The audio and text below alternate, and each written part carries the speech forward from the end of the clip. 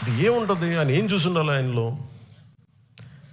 ఈ వ్యక్తి అందరి కోసం పనిచేస్తాడు, ఆ నమ్మకం లేకపోతే ఎందుకు వస్తారు?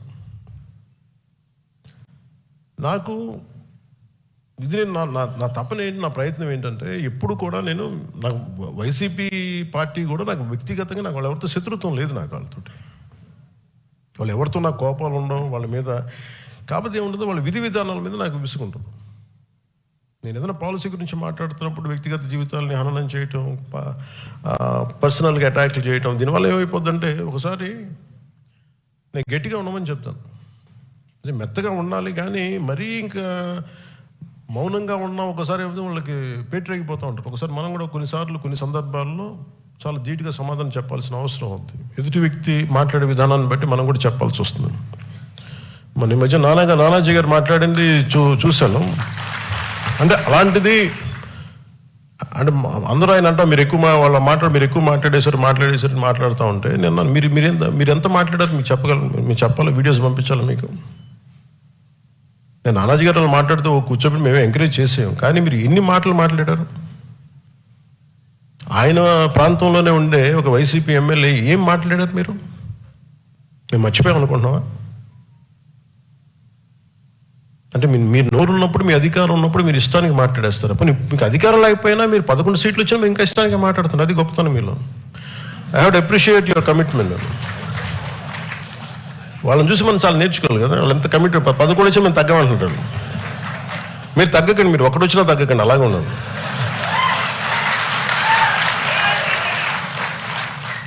మీరు ఒకటి వచ్చినా తగ్గద్దు, అలా బలంగా ఉండలేదు. మిమ్మల్ని తగ్గమని ఎవరు చెప్పాడు? మీరు కరిగిపోండి, అయినా కానీ తగ్గకండి.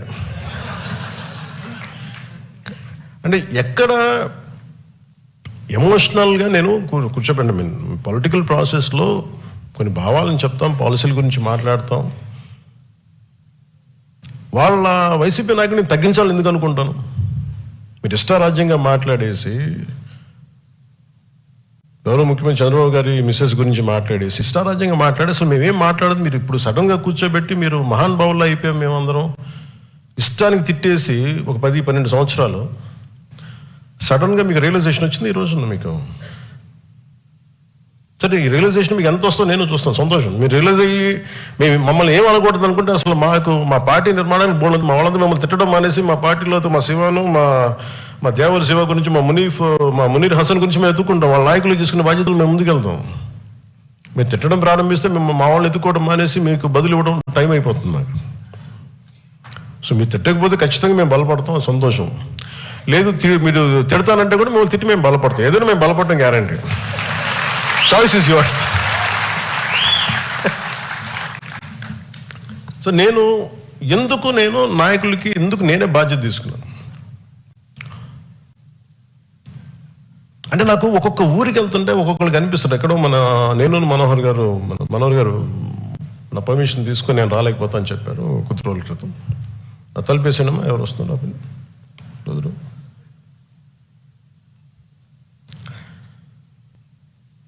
ఒక హుద్హుద్ తుఫాన్ అప్పుడు మేము వెళ్తూ ఉంటే మన శ్రీకాకుళంలో ఒక అబ్బాయి 22-23 ఉంటాయి. ఒక 10 కేజీలు బియ్యం కాదన్నా 10 సంవత్సరాల భవిష్యత్తు కావాలి. అంటే యువత తాలూకు కోపాలు, యువత తాలూకు వాళ్ళు ఏం అడుగుతున్నారు? జీవనం అడుగుతున్నారు. కేవలం మనం ఉచితాలు అడగట్లే యువత. ఉచితాలు ఎవరికి కావాలి? నిజంగా నిస్సహాయ పరిస్థితిలో ఉన్న వ్యక్తుల సమాజానికి ఉచితాలు కావాలి, ఖచ్చితంగా కావాలి. అలాంటి స్కీమ్స్ ఉండాలి. లేదంటే మనకి దివ్యాంగులకి పెన్షన్స్ పెరగాలంటే 5,000 కాదు, 4,000 కాదు, మనం 10,000 పెంచాం మన ప్రభుత్వం వచ్చాక. ఇలాంటివన్నీ ఉండాలి. ఎప్పుడు వెల్ఫేర్ స్కీమ్స్కి జనసేన ఎప్పుడు వ్యతిరేకం కాదు, ఉండాలి. కానీ వెల్ఫేర్ స్కీమ్స్ మీదే మనం ప్రభుత్వాన్ని నడిపేస్తాం, ఓట్లు వస్తాయంటే దాని మీద ఓట్లు పడవు అని అనడానికి క్లాసిక్ ఎగ్జాంపుల్ వైసీపీ. మేము బటన్ నొక్కేస్తాం, మీకు వెల్ఫేర్ స్కీమ్స్ పడతాయి, మీకు డబ్బులు వచ్చేస్తాయి అంటే కరెక్టే. హాస్పిటల్ ఇన్ఫ్రాస్ట్రక్చర్ వదిలేశారా మీరు? బటన్ నొక్కామని డబ్బులు పడ్డాయి అంటారు, కరెక్టే. మీరు హాస్పిటల్ ఇన్ఫ్రాస్ట్రక్చర్ వదిలేశారు. గవర్నమెంట్ హాస్పిటల్స్ ఎక్కడున్నాయి ఇప్పుడు అంత అద్భుతంగా? ఇప్పుడు తపన పెడతా ఉన్నాం ఎన్డీఏ ప్రభుత్వం వచ్చాక. ఎన్ని గవర్నమెంట్ హాస్పిటల్స్కి వెళ్తే క్వాలిటీ అత్యంత అద్భుతంగా ఉంటుంది. Why should be go to మనం ఎందుకు ప్రైవేట్ హాస్పిటల్స్కి వెళ్ళగలిగే పరిస్థితులు ఎందుకు ఉండాలి? మన గవర్నమెంట్ హాస్పిటల్స్ కూడా బాగుండాలి కదా. తమిళనాడులో బాగుంటాయి, ఇంకా పాండిచేరిలో కానీ.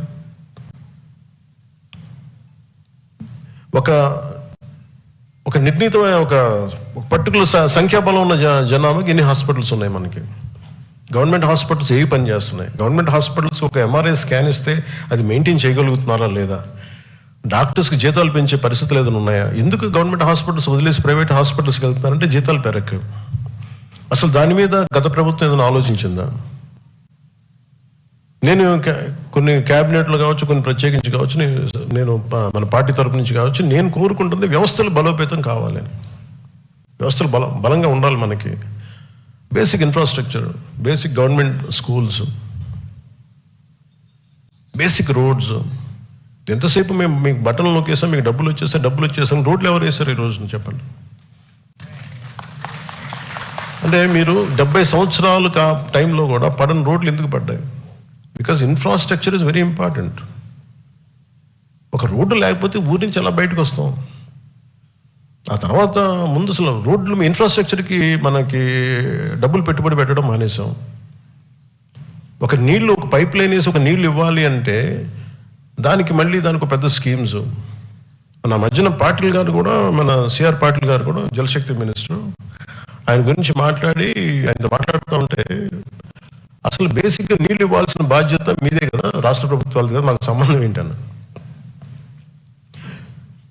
ఇది తెలంగాణలో ప్రారంభించినప్పుడు జేజేఎం ఎప్పుడు కూడా అది జలజీవన్ మిషన్ అది కేంద్ర ప్రభుత్వాన్ని కాదు, రాష్ట్ర ప్రభుత్వం బాధ్యత. కాకపోతే ప్రభుత్వాలు బాధ్యత తీసుకొని బేసిక్ మన మౌలిక సదుపాయాల గురించి పని చేయకపోతే మటుకు ఎన్ని ఉచితాలు ఇచ్చినా ఇంకోసారి ప్రజలు రారు. అది